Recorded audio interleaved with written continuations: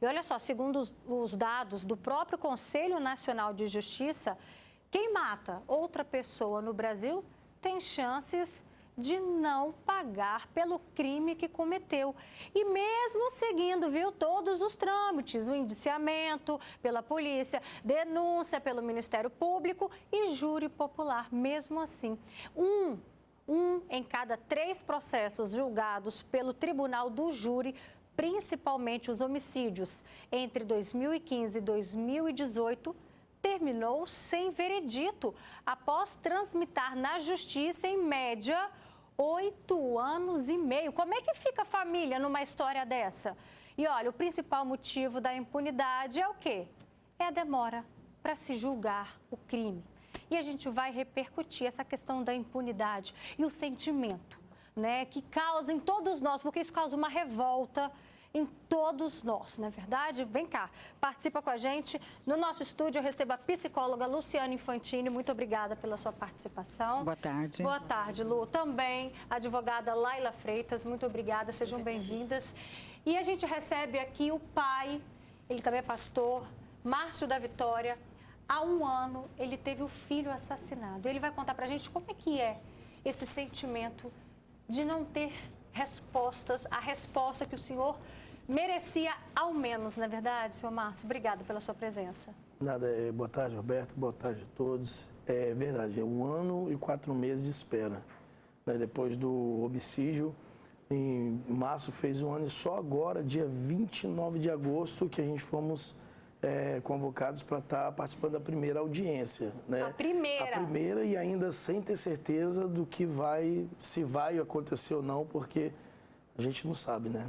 E detalhe, recentemente os suspeitos foram localizados. Sim, a Polícia Civil fez um trabalho excelente. Inclusive, eu quero até parabenizar o DHPP, o pastor Marcelo Cavalcante, pelo excelentíssimo trabalho. A resposta foi imediata, né? Porém, agora o Poder Judiciário é o que protela muito a questão da primeira audiência, do julgamento, e no caso ainda são suspeitos, né? Vão ser julgados ainda para ver, sair o veredito se realmente eles vão pagar ou não, né? Doutora Laila, e aí? O inquérito já foi concluído, já encontraram, né? Porque as perguntas tá, mas o suspeito tá ali, por que que já não sai nada?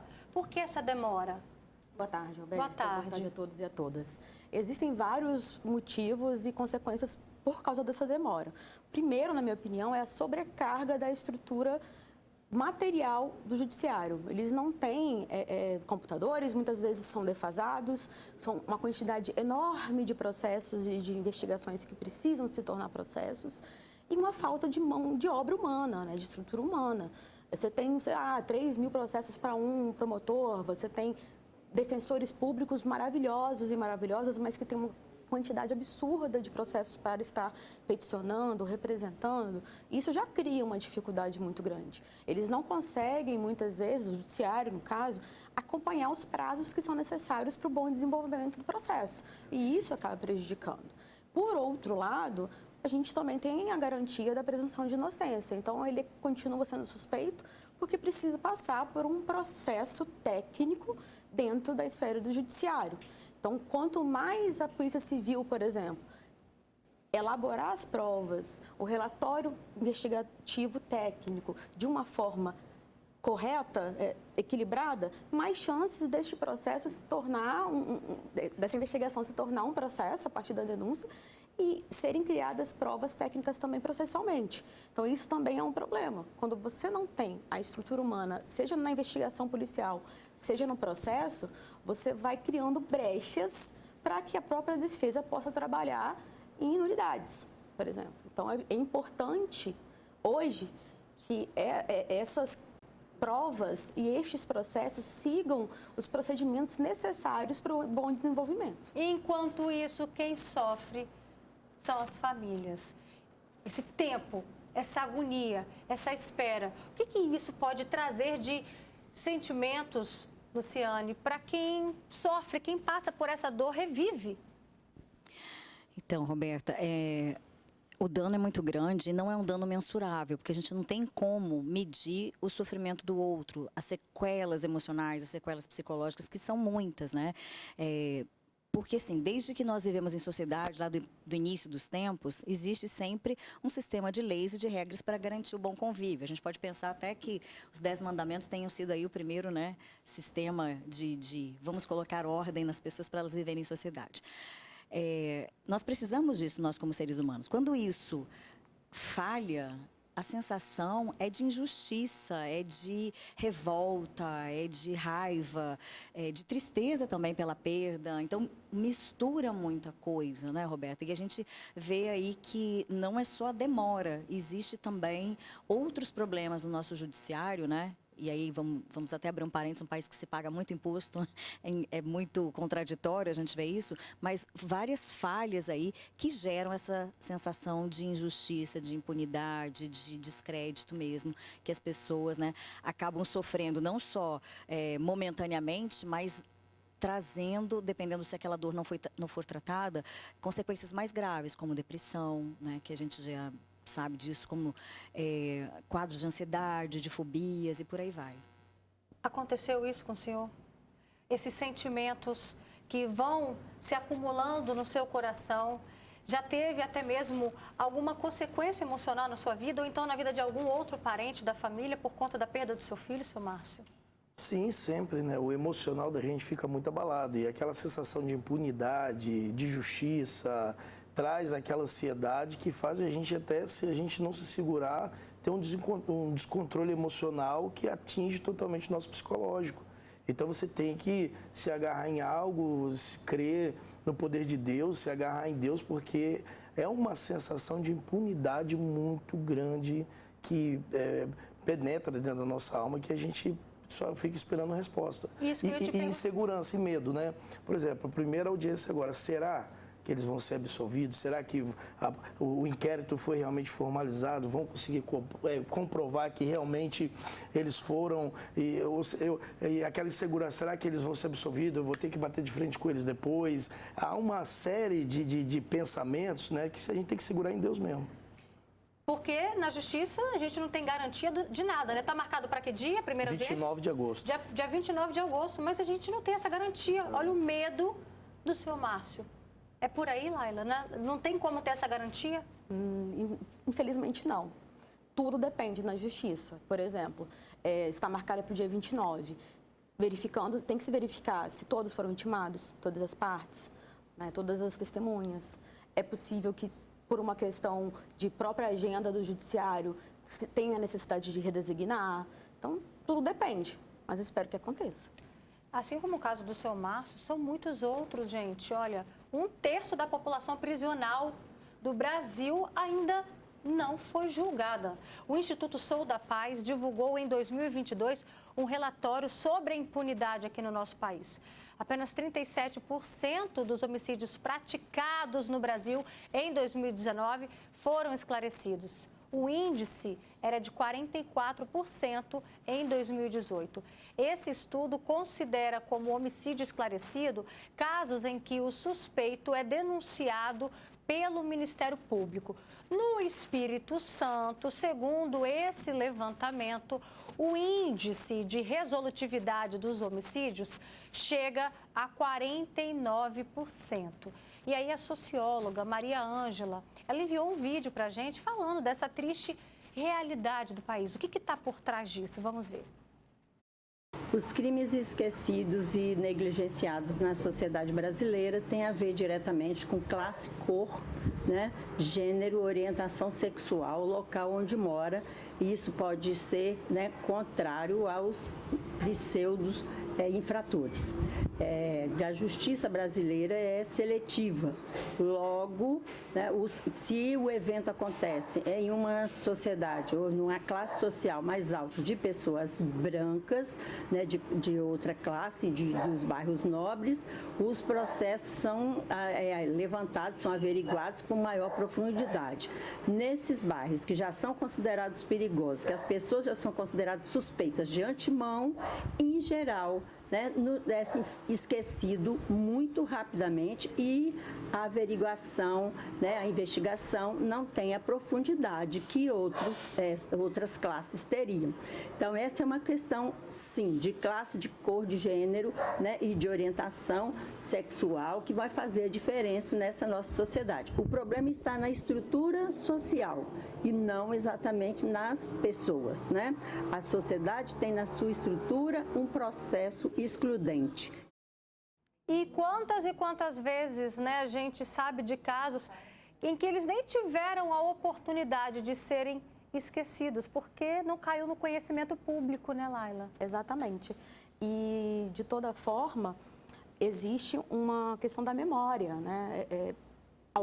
Muitos não são levados a conhecimento público e, querendo ou não, quando a gente tem um caso de repercussão, há também um clamor público, há uma pressão social para que aquilo ocorra e ocorra da forma mais diligente possível. Então, nós temos uma dificuldade muito grande hoje na sociedade do Poder Judiciário efetivar as condenações e até o rito processual necessário para que se chegue ou uma condenação ou até um caso improcedente. Isso que eu ia perguntar, quando ganha uma repercussão, inclusive é esse o papel da imprensa? É esse o papel, por exemplo, quando você vê uma passeata na rua de famílias clamando por justiça? Quando o caso ganha essa repercussão, de que forma que isso pode mudar? Qual é a pressão? Existe mesmo? É feita essa pressão no judiciário? Olha, eu acredito que sim, particularmente enquanto socióloga, não só advogada, eu acredito que isso pode ser fundamental, sim, para uma decisão. Em tese, os jurados e juradas não podem ser, né, influenciados por questões externas. Mas aqui no Brasil, particularmente, eu acho que isso não funciona corretamente. Justamente porque eles têm acesso a opiniões diversas. O rito ali processual relacionado aos jurados e juradas nem sempre funciona. Então, é interessante, sim, que se tenha uma repercussão, um clamor público, a fim de pressionar o judiciário nesses casos. Enquanto isso, Luciana, a gente vê que a violência acaba até mesmo sendo banalizada, já que, conforme a gente disse no início desse estúdio, né, que 1 a cada 3 homicídios que foram julgados entre 2015 e 2018 terminou sem veredito. E aí, a pessoa não vai responder pelo crime que cometeu? Esse é um dos piores fatores que a gente tem, né? Que é justamente a naturalização de algo que não é natural. Você vai olhar, isso é normal, isso é comum, e não é comum, né? Não é natural. A própria questão da impunidade, assim, no Brasil não dá nada mesmo. Né? As pessoas já vão falando isso, vão usando isso como argumento para se acostumar. É claro que é um mecanismo de defesa que as pessoas acabam utilizando, mas que faz com que não haja esse clamor aí que é fundamental. E aí, assim, é claro que os juízes deveriam estar, né? Os juízes não, desculpa, os jurados deveriam estar imunes, né? A essa opinião pública, mas não acontece, porque Exato. É ser humano também. O Exato. ser humano não tem como ser 100% objetivo. Nós não somos máquina. Então, com certeza, isso acaba, de alguma forma, afetando, sim. O senhor disse o seguinte, seu Márcio, a respeito desse 1 ano e 4 meses, dessa sua dor, você já até tocou no ponto da fé. E a gente se pergunta, né, nós, enquanto mulheres, eu tenho certeza que você aí de casa também, telespectador, como que fica para um pai suportar essa dor? E sem resposta. A que o senhor se apega? Né? Como que você faz para oxigenar a sua vida? Sim, em Deus, né? A própria Bíblia diz que a gente tem que confiar no Senhor, né? Os que confiam no Senhor são como os montes de Sião, que não se abala, mas permanece para sempre. Então, quando você confia em Deus, você coloca a sua vida diante dele, crê que ele vai suprir todas as suas necessidades, seja elas emocionais, sejam elas espirituais, psicológicas, família, enfim, todas as áreas da sua vida. E agora interessante sobre a questão da repercussão, logo depois que o Mateus ele foi assassinado, 4 meses depois, nós fizemos uma movimentação no bairro. E estava tendo uma guerra muito grande. Inclusive, esse foi um dos motivos que eles tiraram a vida do meu filho, acusando ele de estar levando informações para rivais, né? E a gente fizemos uma grande concentração, uma marcha profética pela paz, aonde pegamos alguns outros familiares que também tinham perdido seus filhos, fizemos uma grande marcha, repercutiu, inclusive a TV Vitória desde o início acompanhando o caso e trouxe uma repercussão que eu acho que isso contribuiu muito também, né, para que a Polícia Civil pudesse concluir o inquérito do caso e entregasse para agilizar o processo, né? Ajudou e muito. Então, assim, nós fizemos uma movimentação, todo mundo de camisa branca, com fotos das vítimas, né, enfim, isso trouxe uma repercussão e ajudou muito no caso. E trouxe para a gente também, porque ali nós oramos, fizemos uma concentração igrejas evangélicas, o próprio padre da igreja, da paróquia, uniu-se conosco e ali foi uma só voz, clamando a Deus para que a justiça de Deus e a justiça da terra viesse trabalhar em favor da população que estava ali réu, né, de uma guerra que não pertencia a gente. É importante também quem passa por essa dor se sentir tão bem acolhido, não só pelas pessoas, pela sociedade, mas por outras pessoas também que se identificam nessa dor. Igual o Márcio disse aqui, Luciane, outras mães, outros pais que perderam seus entes queridos estavam ali nessa mesma corrente. Isso faz a diferença? Faz muita diferença, porque você é acolhido por alguém que sabe a sua dor, que reconhece a sua dor e está junto nesse mesmo movimento ali, em busca, né, não só de alívio, mas de justiça também. A gente sabe que existe, né, nesse caso da marcha, uma questão espiritual envolvida que é muito importante também, mas vocês não se acomodaram, isso eu achei interessante. Não, mas vamos marchar em busca de algo aqui, nesse planeta, nessa terra, nessa vida, né? Olha só o comentário da Marcilene Pontes, que participa com a gente. Obrigada, Marcilene, pelo seu relato. Ela diz, boa tarde, Roberta. Perdi a minha irmã há 17 anos, assassinada com uma facada no peito por uma amiga, ela colocou entre aspas, devido a uma brincadeira. A assassina foi presa em flagrante, permaneceu 3 meses presa, foi solta, foi a júri popular depois de 3 anos e aí foi condenada a 4 anos em regime aberto. Segundo a promotoria, minha irmã teria contribuído para o crime. Ainda tem isso então, né, Laila? A família espera, olha quanto tempo que ela esperou pelo julgamento e a resposta, o veredito, né, a pena, nem sempre é o que a família espera. Exato. E não necessariamente deixa de cumprir o seu papel, porque nós temos hoje um Código Penal e um Código de Processo Penal que delimita ali qual tipo de pena, quais são os agravantes, quais são as condicionantes e por aí vai. E sem contar que, como eu falei no começo, nós vivemos num Estado democrático de direito, então todo mundo tem direito a uma defesa e todo mundo também pode ser julgado inocente ou culpado. Então, são várias questões que são envolvidas, são várias opções, né? Ela pode, por exemplo, ela foi condenada, mas ela não foi condenada num tempo que a família entendeu que seria justo. Mas isso não quer dizer que não houve a condenação. Então, tudo depende muito do que os jurados e jurados, o que o conselho vai entender enquanto necessário naquele caso concreto. Então, depende de cada caso. O caso aqui do Gilberto Marcelino, ele também participa com a gente, ele diz o seguinte: na minha juventude, um rapaz assassinou meu amigo, foi preso e logo saiu. E tem um detalhe, ele passava na frente da casa da mãe e debochava. Nossa. A justiça nada fez. Então, imagina você, minha amiga, meu amigo, pai e mãe de um filho que foi assassinado e ainda ser obrigado a viver. E ainda tem medo, né? O medo. E o que a pessoa faz nessa hora? Se ela ainda assim se sente ameaçada? Existem casos, por exemplo, que a gente tem até aqui no Estado o programa de proteção à testemunha. Tá? Então, se for uma testemunha necessária para o processo, ela vai passar por uma rede de segurança e isso também pode ser denunciado, seja pelos pais da vítima, pessoas interessadas, terceiros. E essa pessoa pode ter que responder sim. Então, isso tem que ser levado para o judiciário, tem que ser denunciado justamente para correr o trâmite necessário e ter consequências. Porque não é incomum pessoas serem ameaçadas numa situação dessa ou se sentirem reféns. E isso acaba piorando a situação. Olha só, Verônica Valadares também participa com a gente. Ela fala, sofro muito por isso, mesmo dando provas e nada do inquérito fechar. Por que demora tanto? Né? Dá uma sensação de impunidade em nós familiares. Não existe um prazo, doutora Laila? Existe um inquérito prazo. ser concluído? Existem vários prazos, na verdade. Os principais são do tráfico, da tipificação do tráfico de drogas e também do homicídio. Geralmente são 30 dias para o tráfico e 10 dias para investigação relacionada ao homicídio, justamente pela urgência, é o pior tipo de crime, né, hediondo a ser cometido, que é tirar uma vida.